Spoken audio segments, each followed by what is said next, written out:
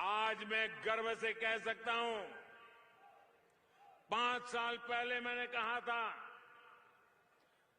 जो कहा था उसको दोबारा याद कराने की ताकत राजनेताओं में जरा कम होती है, मुझ में है।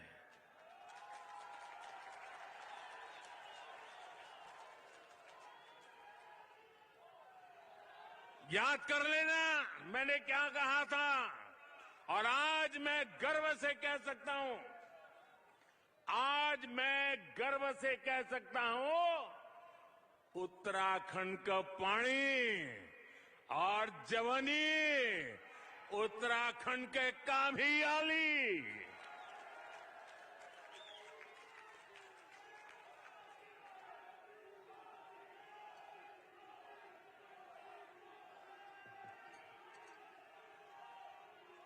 साथियों, सीमावर्ती पहाड़ी क्षेत्रों के इंफ्रास्ट्रक्चर पर भी पहले की सरकारों ने उतनी गंभीरता से काम नहीं किया जितना करना चाहिए था।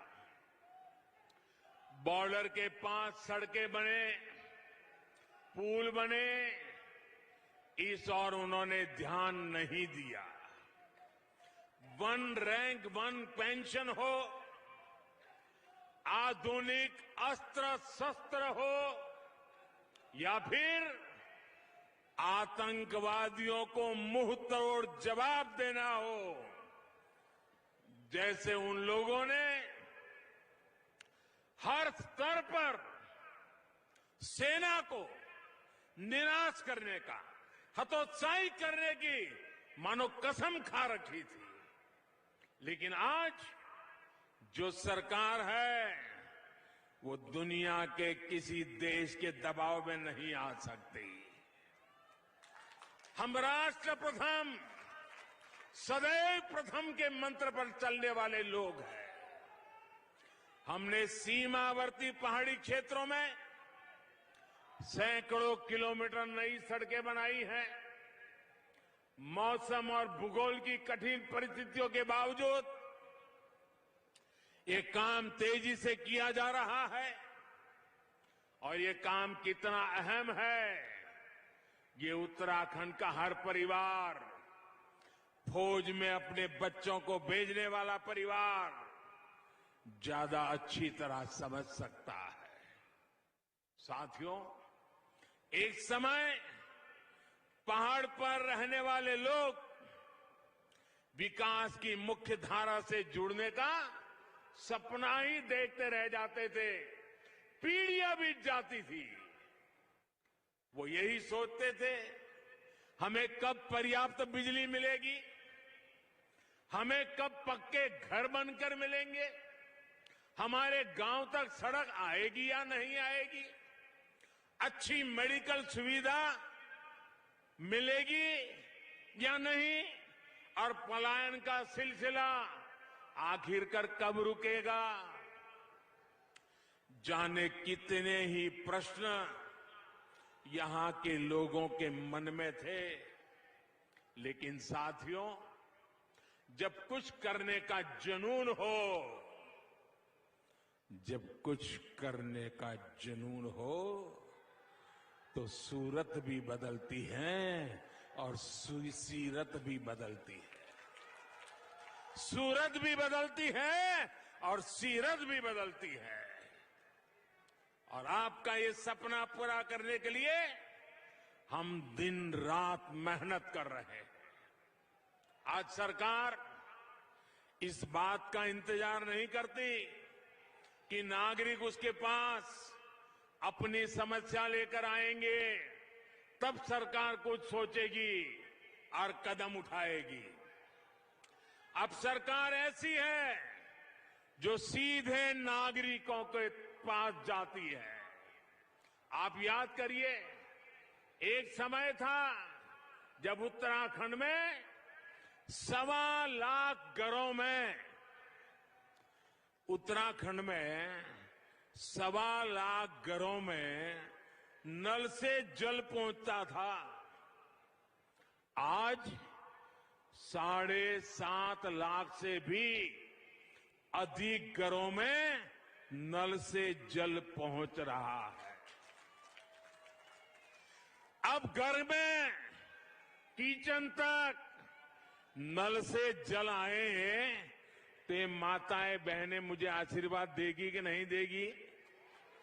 हम सबको आशीर्वाद देंगे कि नहीं देंगे? नल से जल आता है तो माताओं बहनों का कष्ट दूर होता है कि नहीं होता है? उनको सुविधा मिलती है कि नहीं मिलती है? और ये काम जल जीवन मिशन शुरू होने के 2 साल के भीतर भीतर हमने कर दिया है। इसका बहुत बड़ा लाभ उत्तराखंड की माताओं को, बहनों को, यहां की महिलाओं को हुआ है। उत्तराखंड की माताओं, बहनों, बेटियों ने हमेशा हम सभी पर इतना स्नेह दिखाया है। हम सभी दिन रात परिश्रम करके, ईमानदारी से काम करके हमारी इन माताओं बहनों का जीवन आसान बनाकर उनका ऋण चुकाने का निरंतर प्रयास कर रहे हैं। साथियों, डबल इंजन की सरकार में उत्तराखंड के हेल्थ इंफ्रास्ट्रक्चर पर भी अभूतपूर्व काम हो रहा है। उत्तराखंड में 3 नए मेडिकल कॉलेज स्वीकृत किए गए हैं। इतने छोटे से राज्य में 3 नए मेडिकल कॉलेज। आज हरिद्वार मेडिकल कॉलेज का शिलान्यास भी किया गया है। ऋषिकेश एम्स तो सेवाएं दे ही रहा है। कुमाऊं में भी सैटेलाइट सेंटर भी जल्द ही सेवा देना शुरू कर देगा।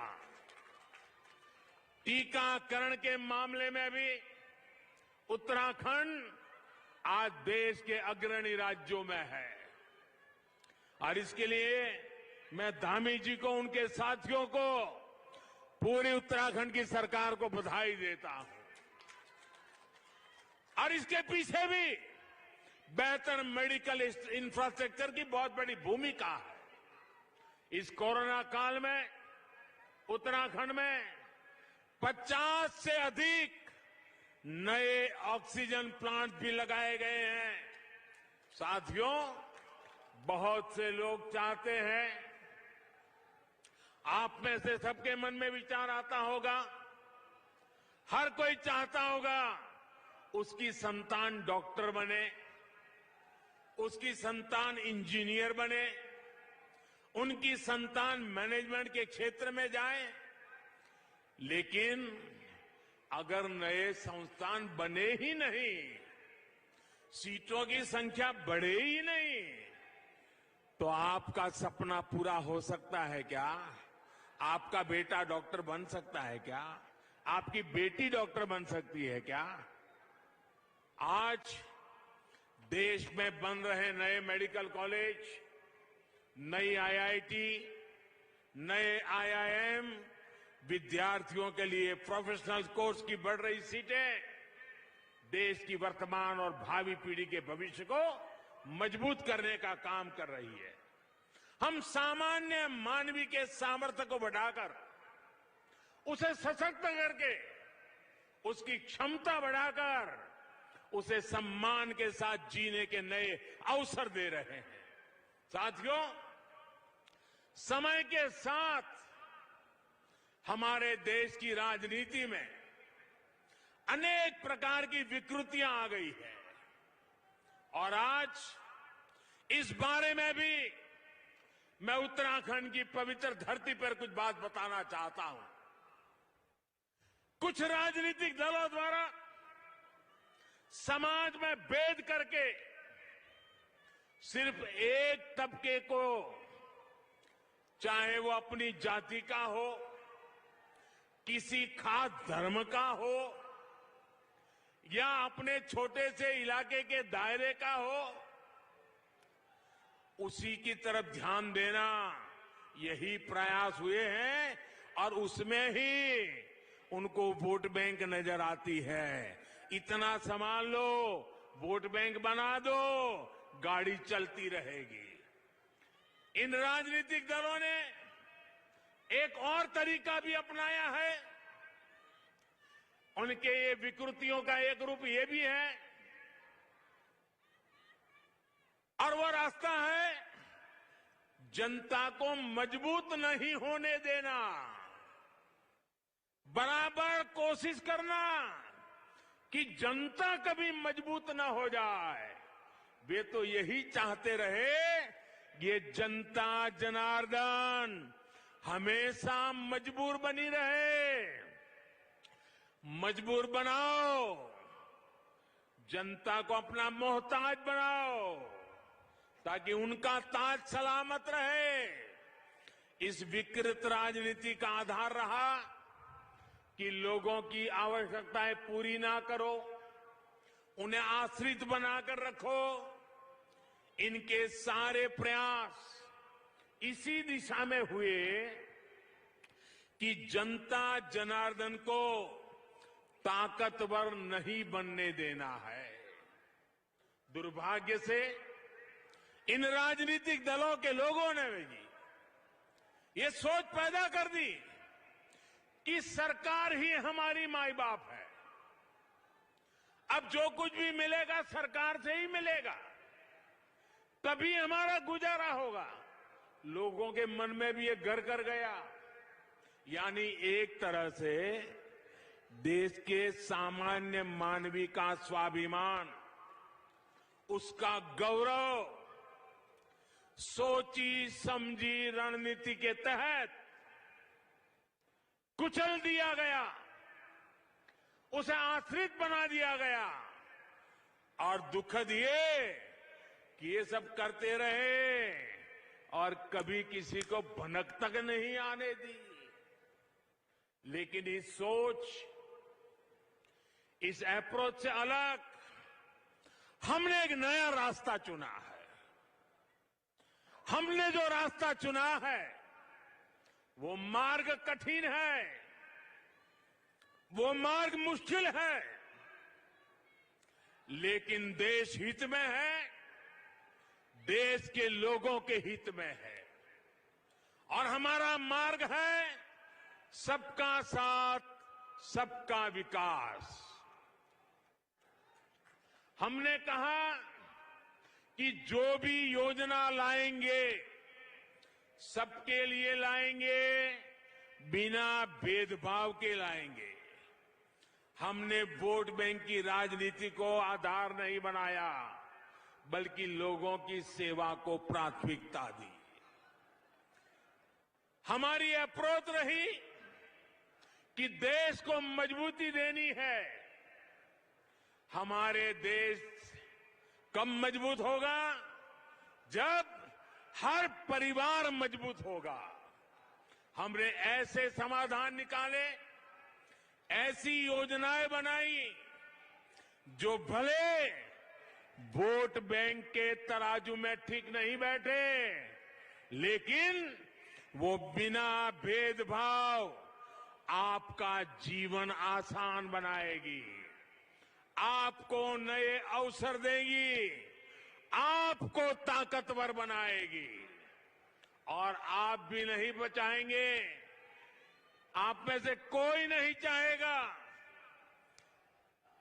कि आप अपने बच्चों के लिए एक ऐसा वातावरण छोड़े जिसमें आपके बच्चे भी हमेशा आश्रित जीवन जिए।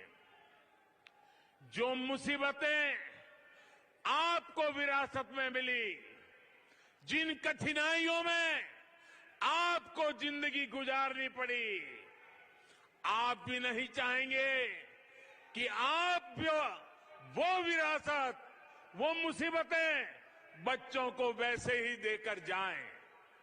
हम आपको आश्रित नहीं, आत्मनिर्भर बनाना चाहते हैं। जैसे हमने कहा था,